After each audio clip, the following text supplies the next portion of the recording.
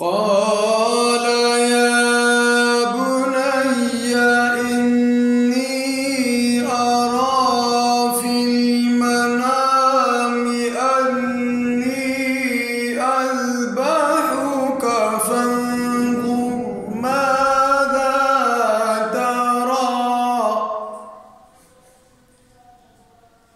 قال يا